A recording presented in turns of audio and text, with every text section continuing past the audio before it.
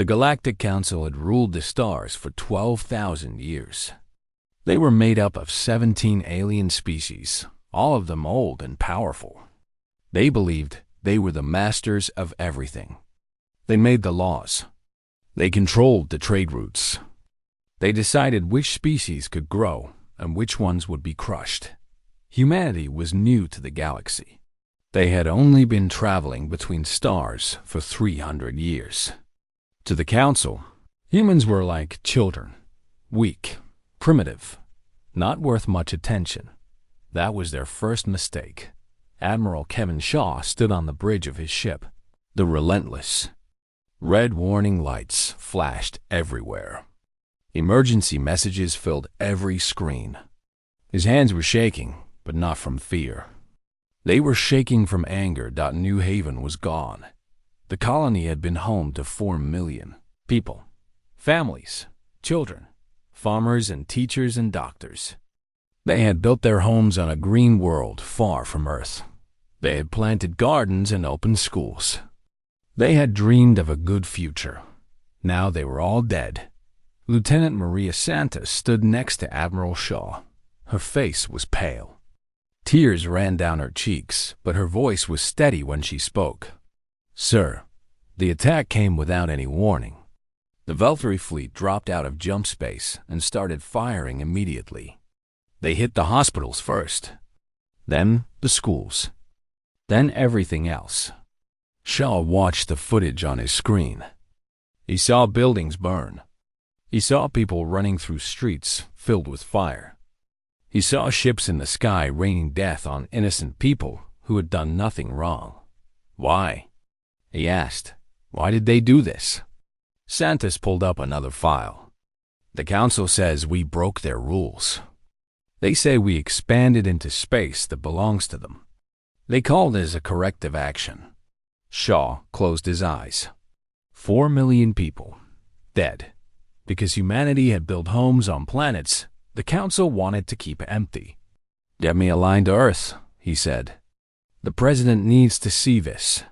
On Earth, President Daniel Morris sat in a dark room and watched the same footage. His advisors sat around him. No one spoke. What could anyone say? The images showed everything. Children crying for parents who would never come. Buildings falling into ash. The green fields of New Haven turning black under plasma fire. When the footage ended, Morris stood up slowly. He was an old man. He had seen many terrible things in his life, but nothing like this. "What do they want?" he asked. Secretary of Defense Linda Park handed him a document. "The Council has sent their demands. They want us to give up 12 more colony worlds. They want us to destroy 70% of our ships. They want us to accept Council soldiers on Earth to watch everything we do." Morris read the demands. His face showed no emotion. When he finished, he put the paper down. "They killed 4 million of our people," he said quietly. "And now they want us to kneel." "Sir," one of his advisors said, "we should consider our options carefully. The Council has thousands of ships. They have ruled the galaxy for thousands of years. Perhaps if we negotiate. Morris turned to look at the man. "They burned our children alive. They destroyed our homes. There is nothing to negotiate." He walked to the window and looked out at the night sky. Somewhere out there, the ashes of New Haven drifted through cold space. Somewhere out there, the Council was waiting for humanity to surrender. "Send them our response," Morris said. "Tell them we decline." The Council's ambassador on Earth was a tall creature with many eyes. His name was Zethkal. He had served the Council for 500 years. He had watched many species receive the Council's punishment. All of them had broken in the end. When he received humanity's response, he made a sound that might have been laughter. "They decline," he said to his assistant. "How amusing. They do not understand what will happen to them." His assistant, a smaller creature with green skin, looked worried. "Ambassador, perhaps we should recommend caution." The humans seemed very angry. "Anger means nothing," HFY said. "We have crushed 1,000 species who were angry. Anger does not stop plasma fire. Anger does not repair broken ships. The humans will learn this soon enough." But HFY did not know what humanity had been doing for the past 200 years. When humans first met the Council, they saw how things worked. They saw strong species crush weak ones. They saw the Council take whatever they wanted. They saw that the galaxy was a dangerous place where only power mattered. So humanity started building in secret places. Far from Council eyes, humans constructed ships. Not the small trading vessels they showed to the galaxy. Real warships. Thousands of them. Hidden in asteroid fields. Hidden inside hollow moons. Hidden in places the Council never thought to look. They developed new weapons. Faster engines. Better shields. Technology that made Council equipment look like toys. And they trained. Millions of soldiers. Thousands of pilots. All of them preparing for the day when the Council would come for humanity. That day had arrived. Admiral Patricia Cole received her orders at Titan Base. It was the largest human military station in existence, and the Council did not even know it was there. The base stretched across 3 moons, hidden by technology that bent light and fooled sensors. Cole was 60 years old. She had spent her whole life preparing for this moment. Every war game, every simulation, every sleepless night studying Council tactics. All of it led to this. She opened the message from Earth and read it twice. "Operation Reckoning is authorized. No quarter. No negotiation." Cole looked out the window at the fleet assembled before her. 4,000 warships. Weapons that could crack planets. Soldiers who had trained their whole lives for exactly this fight. "Captain Gregory Lane," she said to her second-in-command, "begin fleet assembly. Every ship. Every soldier. We move in 72 hours. Lane nodded. "And our orders, Admiral?" Cole's eyes were hard as stone. "We show them what happens when you murder our people. We show them that humanity does not kneel. We show them that they made the worst mistake in the history of their species." She turned back to the window. "And then we make them pay for every single life they took." Across human space, hidden bases came alive. Ships powered up their engines. Soldiers checked their weapons. Messages flew through secret channels that the Council could not detect. The Council thought they had broken humanity with their attack on New Haven. They thought humans would cry and beg and surrender like every other species before them. They were wrong. Humanity was not going to cry. Humanity was not going to beg. Humanity was going to do something the Council had never seen before. Humanity was going to fight back, and when they did, the galaxy would never be the same again. President Morris made one final broadcast before the fleet launched. He spoke to every human on every world in every ship. "They think we are weak," he said. "They think we will break. But we have been preparing for this day since we first saw what they truly are. We built in secret. We trained in silence. We waited and we watched and we grew strong." His voice grew harder. "Now they will see what they have awakened. Not a weak species to be crushed. Not frightened children to be bullied. They will see humanity as we truly are." He paused, and when he spoke again, his words were cold as ice. "They wanted a war. They will get one. And when it is over, they will wish they had never heard our name." The transmission ended. The fleet began to move, and somewhere in the darkness between stars, 4 million ghosts watched and waited for justice. The Council did not waste time. 3 days after the attack on New Haven, they sent their war fleet to finish what they had started. Supreme Commander Threkanel led the fleet. He was Voltheri, the same species that had burned New Haven to ash. His scales were dark green, covered with scars from 100 battles. He had never lost a war. He had crushed 11 civilizations in his long career. "How many ships do we have?" he asked his second in command. 800 warships, Supreme Commander. More than enough to destroy every human vessel in existence. Threkanel showed his teeth in what passed for a smile among his kind. The humans have maybe 200 ships in their entire fleet. Old ships. Weak weapons. This will not be a war. It will be an execution. His officers laughed.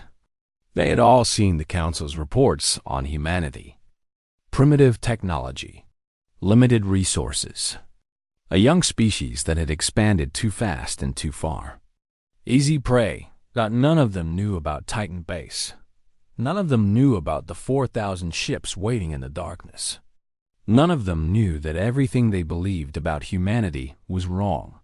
Admiral Patricia Cole stood in the command center of Titan Base and watched the enemy fleet on her screens.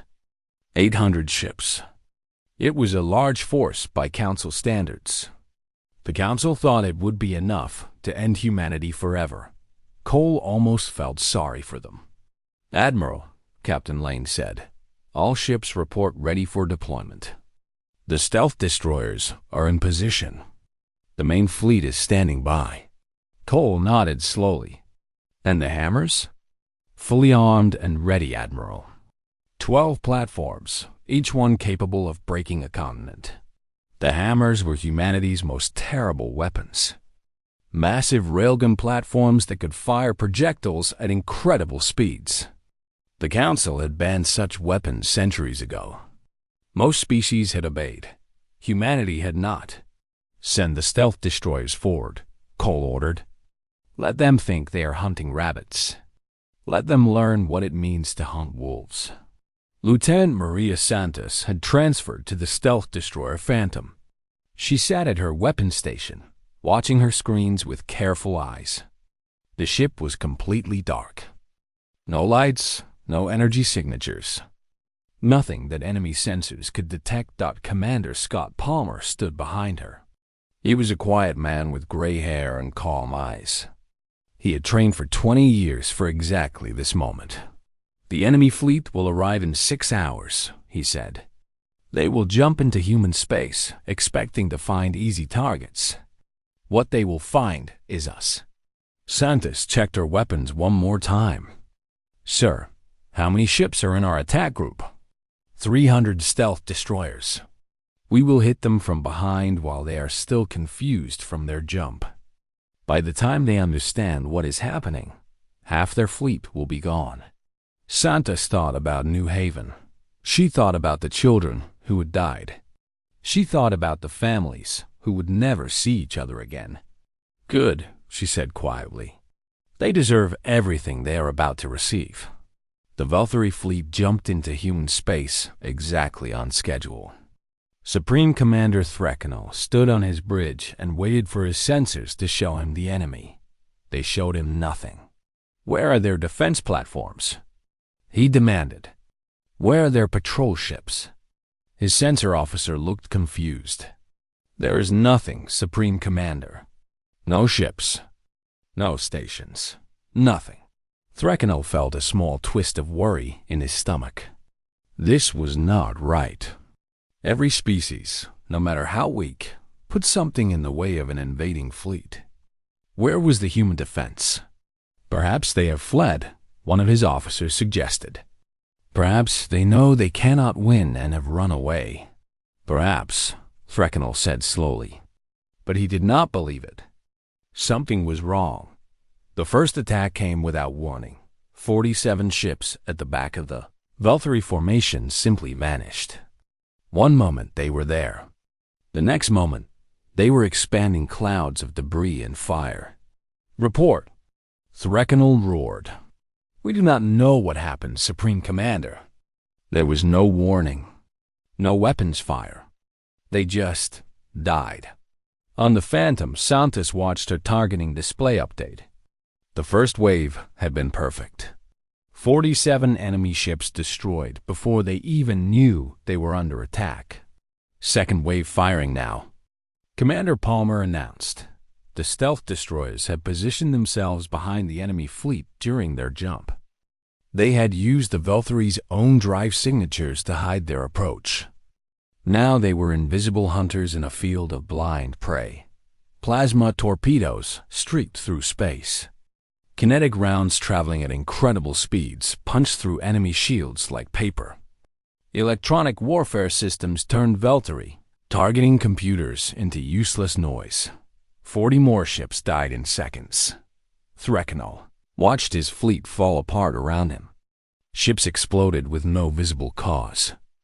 Weapons fired at empty space. Officers screamed for orders while death came for them from the darkness. All ships, defensive formation. He commanded, but there was no defense against an enemy you could not see. The stealth destroyers moved through the Valkyrie fleet like ghosts, striking and vanishing, striking and vanishing. Every minute, more ships died. 500 light-years away, Admiral Cole gave her own orders. Main fleet, prepare to jump. Target, Valkyrie homeworld.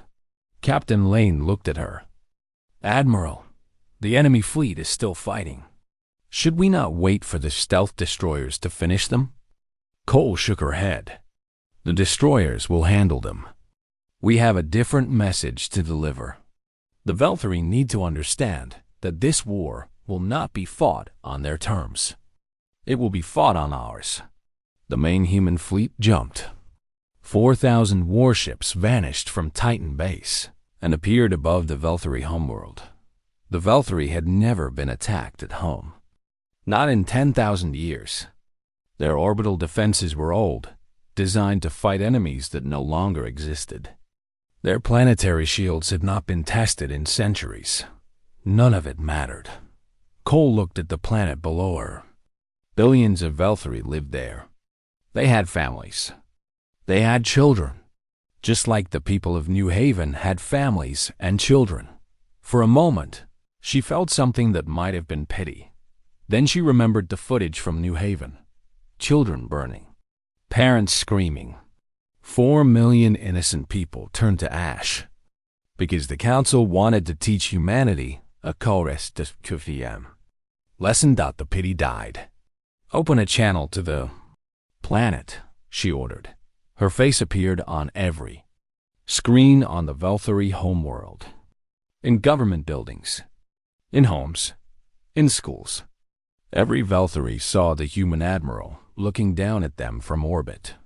This is Admiral Patricia Cole of the United Earth Navy. Your people attacked our colony without warning. You killed 4 million of our civilians, children, families, innocent, people who had done nothing wrong. She paused to let her words sink in. We are here to discuss the consequences of your actions. The Valkyrie planetary defense grid activated. Orbital platforms powered up. Interceptor ships launched from bases on the surface. It was an impressive display of military force. Cole was not impressed. Deploy the hammers, she said. The first strikes hit military targets. Shipyards where warships were built. Bases where soldiers trained. Government facilities where leaders gave orders. The Valkyrie watched in horror as their defenses evaporated. Their orbital platforms, designed to stop any enemy, were torn apart in seconds. Their interceptors died before they could even reach firing range, done in 3 hours. Humanity had complete control of the space above the Valkyrie. Homeworld.Cole let them see her full fleet before she spoke again. Thousands of warships. Massive bombardment platforms. Enough firepower to reduce their entire planet to rubble. We have not targeted your civilians, she said. Yet, that can change. You have 1 hour to transmit your complete surrender to the Galactic Council. You will confess to your crimes against our people. You will accept whatever punishment we decide. Her voice grew cold. If you do not comply, We will show you what humanity does to those who murder our children. You will not enjoy the lesson." The transmission ended. Back in the battle zone, Supreme Commander Threkanol's fleet was dying. Less than 200 ships remained from the original 800. The invisible enemy continued to hunt them without mercy. Threkanol received the news from his homeworld. Human ships above his planet. Human weapons pointed at his people.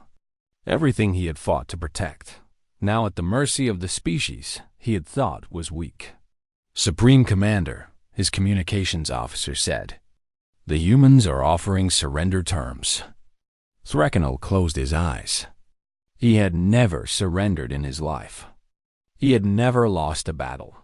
He had been so certain of victory. "What are their terms?" he asked quietly. "Unconditional surrender. Full confession of crimes. Acceptance of human judgment." Around him, his remaining ships continued to die. One by one, the invisible enemy was patient. They would keep hunting until nothing remained. Threkanol made his decision. "Tell them we accept." On the Phantom, Lieutenant Santos received word that the enemy had surrendered. She sat back in her chair and let out a long breath. Commander Palmer put a hand on her shoulder. "We did it. We beat them." Santos thought about the 4 million people who had died on New Haven. She thought about the justice they had delivered today. She thought about what was still to come. "No, sir," she said softly. "This is just the beginning. The Council still needs to answer for what they allowed to happen." Palmer nodded. "And they will. Humanity does not forget. And we do not forgive." The stars were cold and silent around them. But somewhere in that silence, a message was spreading across the galaxy. The news reached the Galactic Council chambers like a bomb. The Velthari fleet was destroyed. The Velthari homeworld was under human control. One of the Council's founding species had been defeated in less than a day. Counselor Vormesh of the Cathini Collective stood in the Great Chamber and read the reports 3 times. He could not believe what he was seeing. "This must be a mistake," he said. "The Velthari have one of the strongest militaries in the galaxy. They cannot have been defeated so quickly." "It is not a mistake," Counselor Mithra of the Seltany said. Her voice was shaking. "I have confirmed it with our own observers. The humans came out of nowhere. They had ships we never knew existed, weapons we have never seen. The Velthari never had a chance." The council chamber fell silent. 17 species that had ruled the galaxy for 12,000 years now faced something they had never expected. A lesser species that could fight back. Supreme Counselor Zelthan was the oldest member of the council. He was Cathini, with a body like a great spider and eyes that had seen 10,000 years of history. He had watched the council crush rebellion after rebellion. He had always believed that order would be maintained. Now he was not so sure. "We must respond with force," he said. "Send the combined fleets of all 17 species. Crush these humans before they become too dangerous." "With respect, Supreme Counselor," Vormesh replied, "the humans have already proven dangerous. If they could destroy 800 Velthari ships in hours, what could they do to our combined fleets?" "We have thousands of ships," Zelthan insisted. "They cannot defeat us all." Before anyone could respond, the chamber's communication system activated. A holographic image appeared in the center of the room. It was Admiral Patricia Cole. "Good evening, counselors," she said. Her voice was calm and cold. "I hope I am not interrupting anything important." Zelthan stood up from his seat. "How did you access our private communication network?" "This is a violation of council law." Cole smiled, but there was no warmth in it. "Council law did not seem to matter when you burned 4 million of my people. I do not think it matters much now. You cannot simply invade our communications," Vormesh said. "This is unprecedented." "Many things are unprecedented today," Cole replied. The defeat of a council founding species in a single day. The occupation of their homeworld. The discovery that humans are not the weak primitives you believed us to be. You will have to get used to unprecedented things, counselors. Mithra tried to calm the situation. Admiral, surely we can discuss this like civilized beings. The attack on your colony was a tragedy, but a tragedy? Cole's voice turned to ice. You call the murder of 4 million innocent people a tragedy. It was not a tragedy. It was a crime. And crimes have consequences. She stepped forward in her hologram, her eyes sweeping across the assembled counselors. You sit in this chamber and make decisions about the lives of billions. You send fleets to crush anyone who does not obey your rules. You believe you are the masters of the galaxy, and everyone else exists to serve you. Her voice grew harder. That belief ends today. President Daniel Morris appeared next to Cole's image. He looked tired, older than he had before New Haven, but his eyes were clear and his voice was steady. The Galactic Council authorized the attack on our colony, he said. You voted to approve the corrective action. You watched our people die and called it maintaining order. You expected us to kneel. He paused. We will not kneel. Not now. Not ever. Zelthan tried to assert his authority. You are making a terrible mistake. The Council has ruled this galaxy for 12,000 years. We have crushed every species that challenged us. You cannot defeat us all. Morris looked at the ancient counselor with something like pity.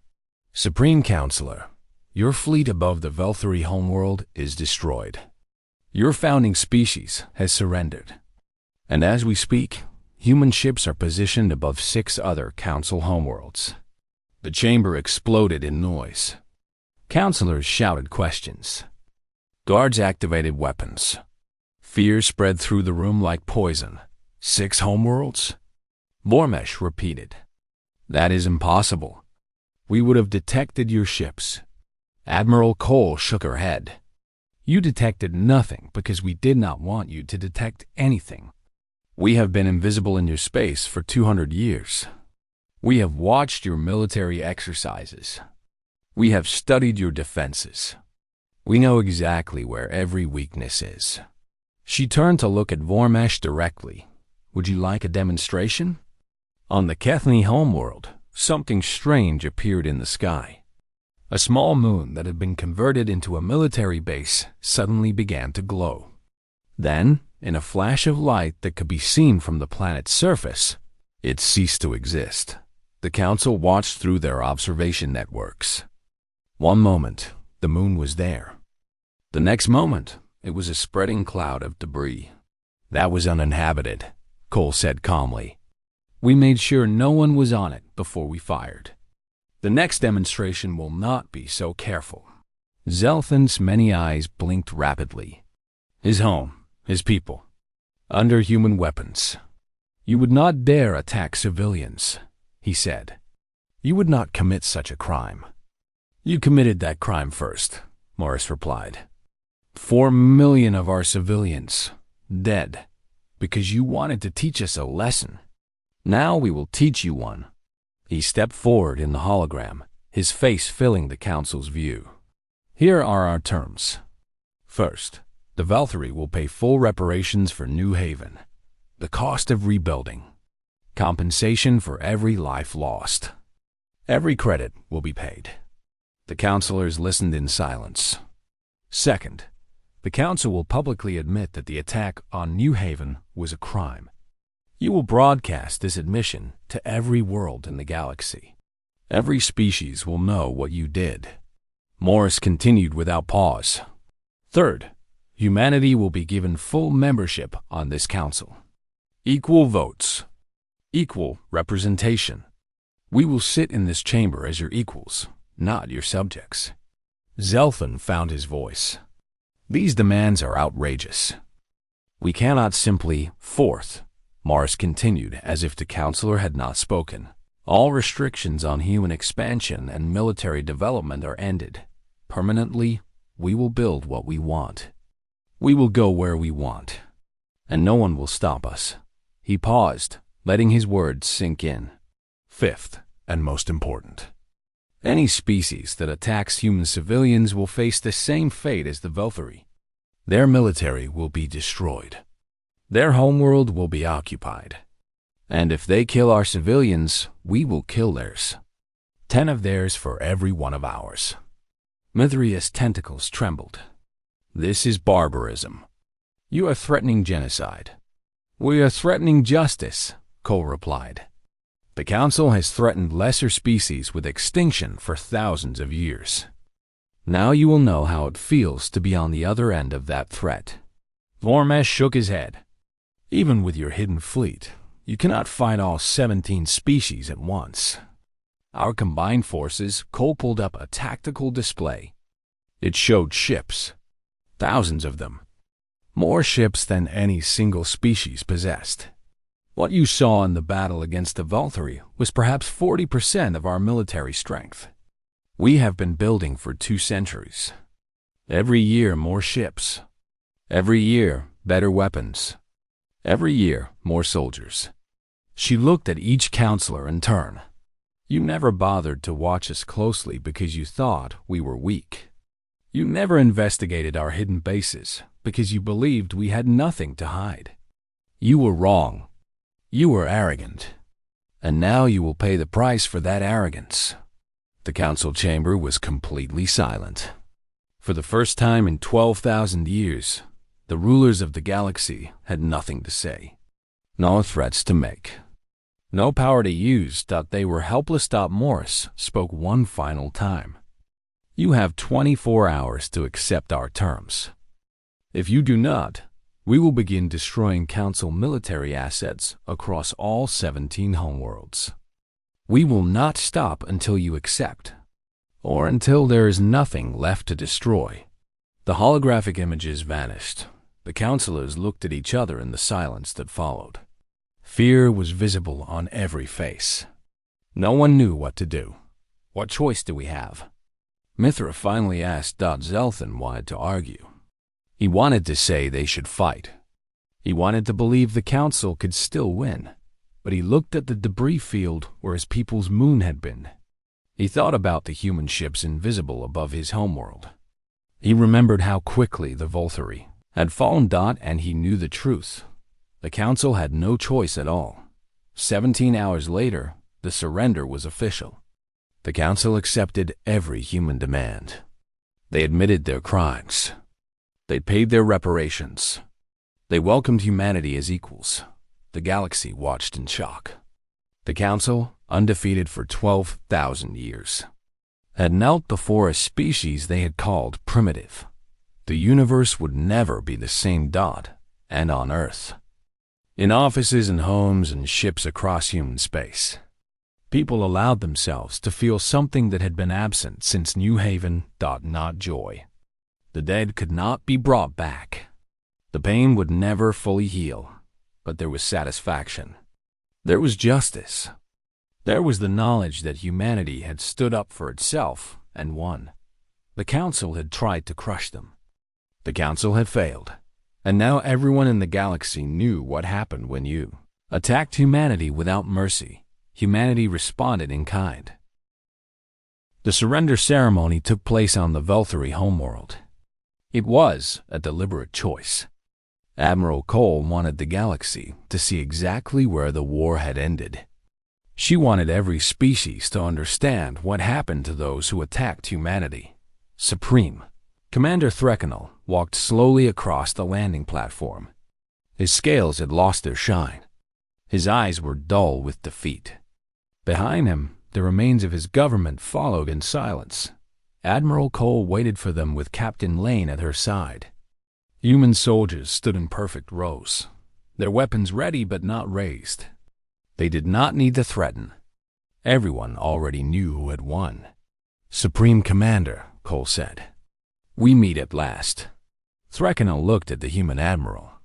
She was smaller than him. Her skin was soft. Her teeth were blunt. By all the rules he had grown up believing, she should have been prey. But she had destroyed his fleet. She had conquered his world. She had brought the mighty Valkyrie to their knees. "Admiral Cole," he replied. His voice was rough. "You have won. What more do you want?" Cole handed him a document. "Sign this.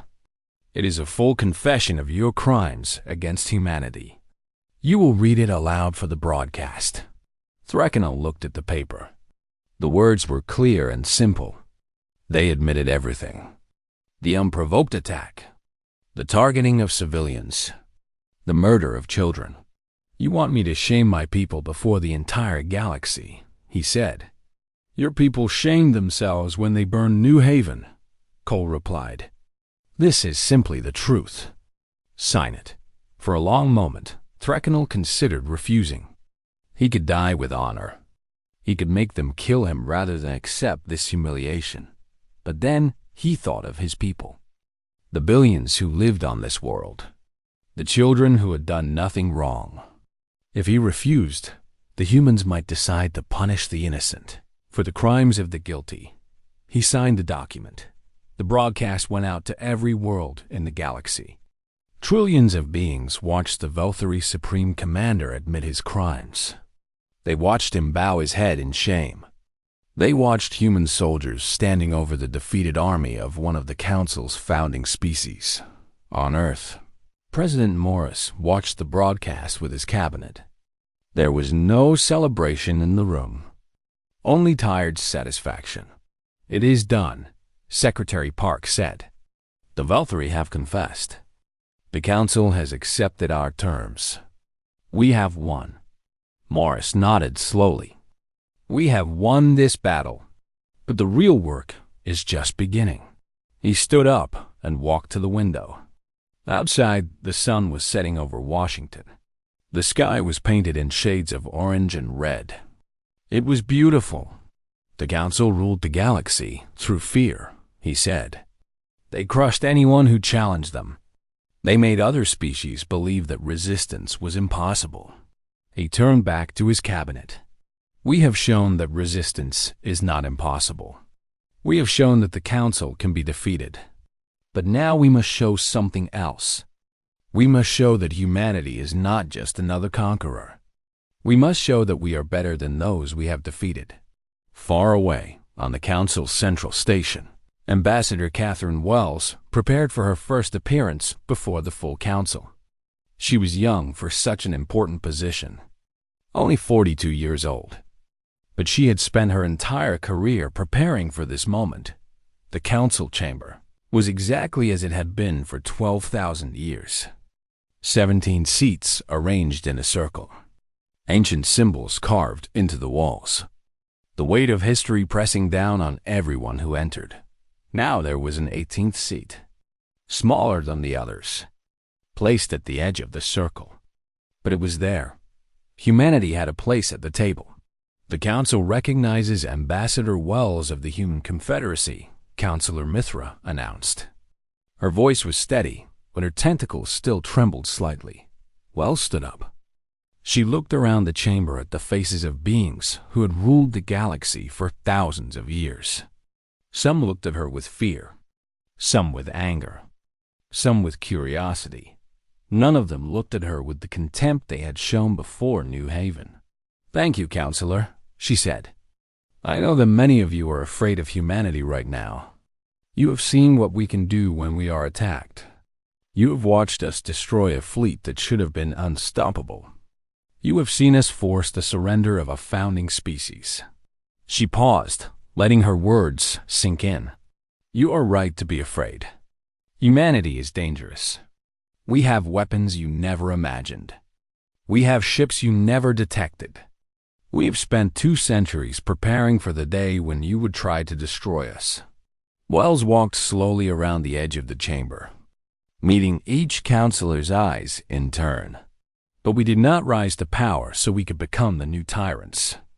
We did not build our fleet so we could conquer the galaxy. We built it because you gave us no choice. You attacked us. You killed our people. You forced us to show you what we are capable of." She stopped in the center of the chamber. "Now you know. And knowing you must make a choice. You can continue to see us as enemies. You can plot against us. You can wait for a moment of weakness to strike again. Her voice grew harder. If you choose that path, you will regret it. We will be watching. We will be ready. And we will respond without mercy, just as we responded to the attack on New Haven. The counselors shifted uncomfortably in their seats. Or, Wells continued, you can choose a different path. You can accept that humanity is your equal. You can work with us to build a galaxy that is fair to all species, not just the powerful ones. You can help us create something better than the system that existed before. She turned to face Supreme Counselor Zelfin directly. The Council has ruled through fear for 12,000 years. That worked until you met a species that could not be frightened. Now you must learn a new way, not because we force you to, but because it is the only path that leads anywhere but destruction. Zelfin's many eyes studied the young human ambassador. He had lived for 10,000 years. He had seen empires rise and fall. He had watched species evolve and die, but he had never seen anything quite like humanity. You speak of equality, he said slowly. You speak of fairness, but you come to us with your weapons pointed at our heads. Is that not the same rule of force you claim to oppose? Wells nodded. It is a fair question. The answer is this. We use force now because you left us no other option. The Council does not negotiate with weak species. The Council does not grant equality to those who cannot demand it. You taught us that lesson when you burned New Haven. She spread her hands. So yes, we come with weapons. Yes, we come with threats. But we come with something else as well. A choice. Accept us as equals, and we will be the best allies you have ever had. We will defend your worlds as we defend our own. We will trade fairly. We will share technology. We will help build a galaxy where species do not have to live in fear. Her voice softened slightly. We do not want to rule you. We just want to stop being ruled. We want our children to grow up without the threat of another hanging over their heads. We want peace. The chamber was silent for a long moment. Then Counselor Mithra spoke. And if we accept, if we truly work together as equals, what then? Wells smiled. It was the first genuine smile she had shown since entering the chamber. Then we built something new. Something better. The old galaxy was based on domination. The strong crushed the weak. The powerful took what they wanted. That system created the conditions that led to New Haven. She looked around the chamber one final time. The new galaxy will be based on respect. Not because we are all friends. Not because we all like each other. But because we all understand that the alternative is destruction. Mutual destruction. The kind that leaves no winners. Wells returned to her seat. The 18th seat. The human seat. I suggest we begin working on that new galaxy today. We have wasted enough time on the old one. The council session continued for many hours. There were arguments. There were disagreements.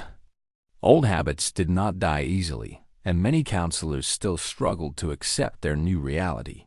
But gradually, slowly, progress was made. Back on Earth, Admiral Cole received word that the negotiations were proceeding. She stood on the bridge of her flagship and looked out at the stars. Do you think it will work, Admiral? Captain Lane asked. Do you think they will really change? Cole was quiet for a moment. She thought about all the years of preparation, all the secret building, all the fear and hope and determination that had brought humanity to this moment. Some of them will change, she said finally. Some of them will never change. But it does not matter. What matters is that they know they cannot hurt us anymore. What matters is that our children will grow up safe. She turned away from the window. New Haven is gone. 4 million of our people are gone. Nothing we do will bring them back. But we can make sure their deaths meant something. We can make sure no one ever does this to us again." Lane nodded. "And if someone tries?" Cole's eyes were hard as stone. "Then we remind them what happened to the last species that tried. We remind them that humanity does not forget. We remind them that there are some lines you do not cross." She sat down in her command chair. "And then we make them wish they had never been born." The stars were cold and silent around them, but they were no longer hostile. They were no longer the domain of species who saw humanity as prey. They were humanity's stars now, and they would remain that way forever. 6 months passed. The galaxy slowly adjusted to its new reality. The Valkyrie homeworld remained under human oversight. Their military was dismantled. Their government was restructured. The species that had burned New Haven now lived under the watchful eyes of those they had tried to destroy. It was not cool. Humanity did not torture the Valkyrie or take revenge on their civilians. Food supplies continued. Schools stayed open. Life went on, but every Valkyrie understood the lesson. They saw human ships in their sky every day. They saw human soldiers walking their streets. They knew that their future depended entirely on behaving peacefully. Commander Maria Santos received her new assignment during this time.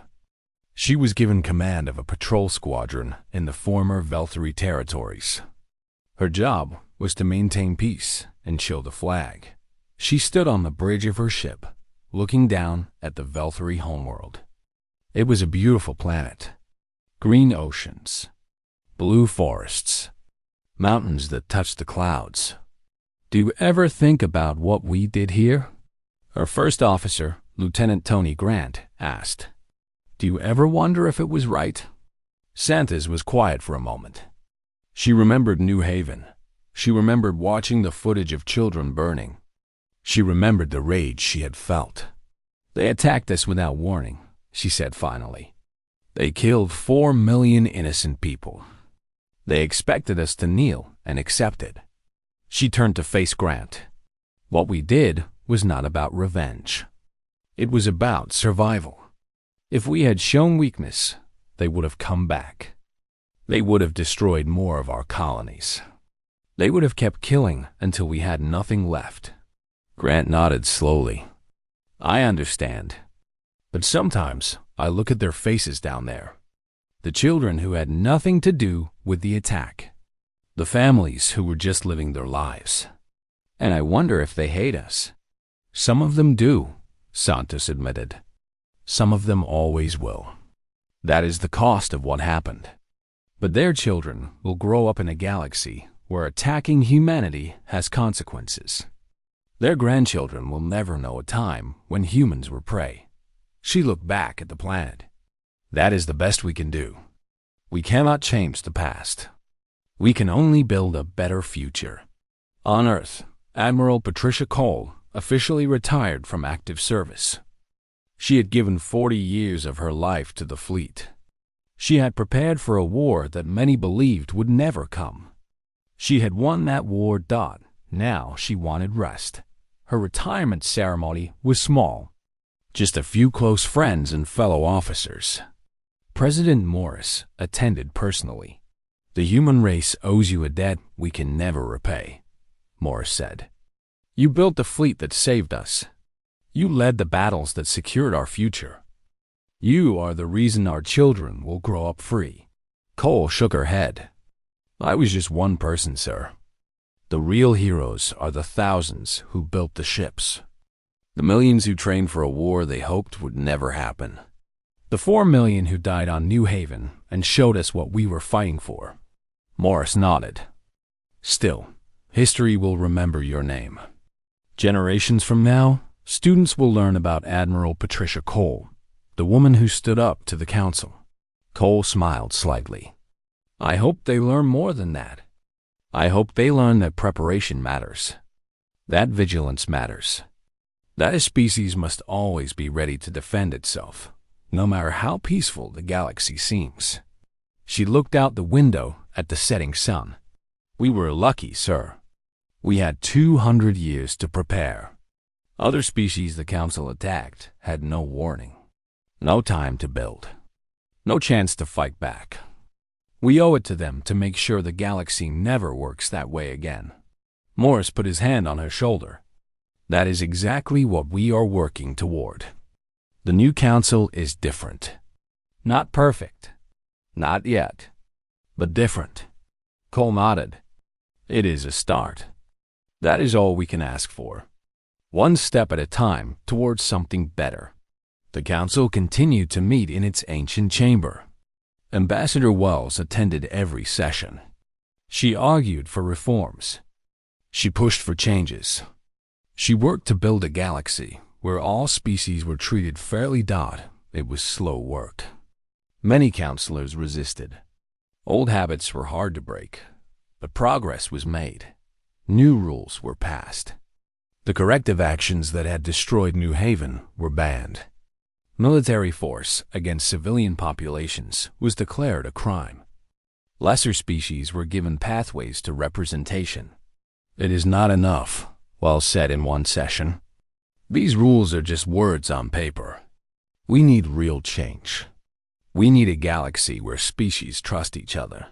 Councilor Mithra spoke up. Trust takes time, Ambassador. We have spent 12,000 years ruling through fear. We cannot change overnight. I understand, Wells replied. But we must start somewhere.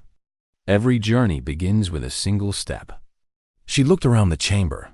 I propose something new. A joint peacekeeping force. Ships from multiple species working together to maintain order. Not to conquer. Not to dominate. Just to keep the peace. The proposal was controversial. Many counselors argued against it. They said their species would never serve alongside former enemies. But Wells was patient. She kept pushing. She kept negotiating. And eventually, slowly, the proposal was accepted. The first joint patrol launched 1 year after the war.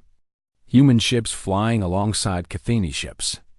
Selthany cruisers escorting Volturi transports. Species that had once been enemies now working together. It was not perfect. There were tensions. There were arguments. Old hatreds did not disappear overnight, but it was a beginning.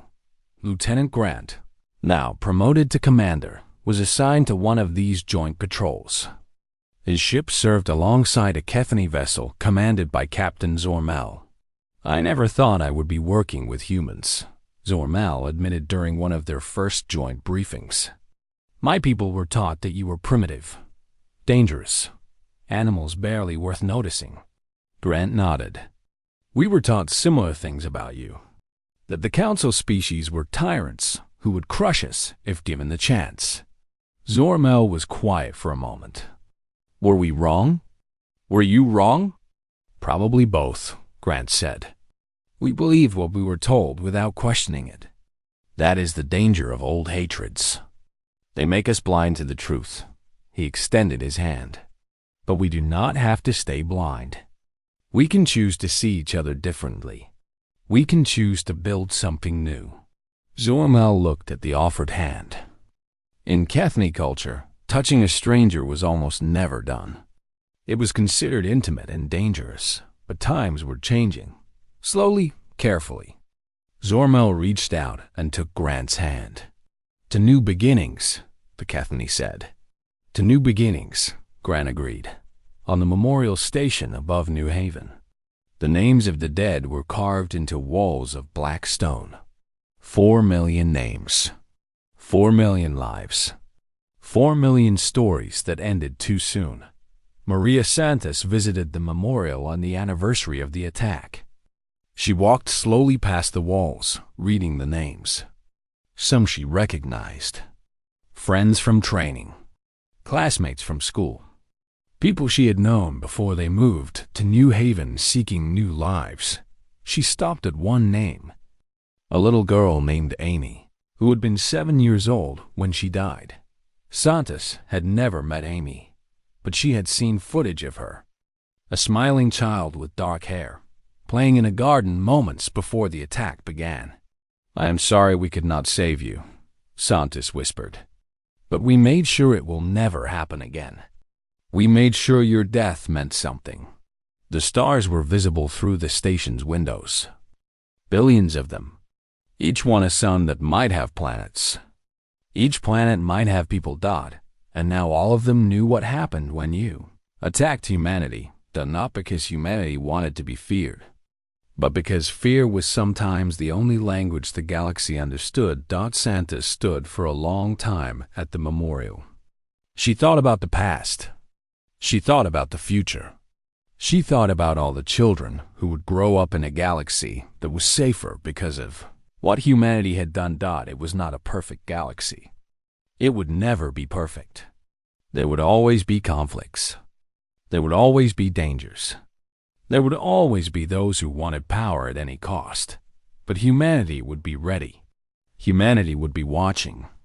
And humanity would never again show mercy to those who attacked the innocent. That was the promise. That was the legacy of New Haven, and it would last forever. President Morris gave his final address to the nation before stepping down. He stood in the same room where he had declared war. He looked into the same cameras that had broadcast his defiance. We did what we had to do, he said. We built what we needed to build. We fought when we had no other choice. And we won. He paused. But winning a war is not enough. We must also win the peace. We must build a future where war is no longer necessary, where species can disagree without killing each other, where children do not have to fear fire falling from the sky. He looked directly into the camera. That is our true mission now. Not conquest, not revenge. Building, creating, growing, showing the galaxy that humanity is more than just warriors. His voice grew softer. We are dreamers. We are builders. We are parents who want better lives for our children. We are a species that refuse to kneel, but also refuse to become the thing we fought against. He smiled slightly. That is our legacy. That is what I hope history remembers. Not just that we won, but that we won without losing ourselves. The broadcast ended. The screen went dark, and across the galaxy, humanity continued to grow, to build, to dream. The council was silent. The old order was gone, and in its place, something new was being born. Something better. Something human. The end.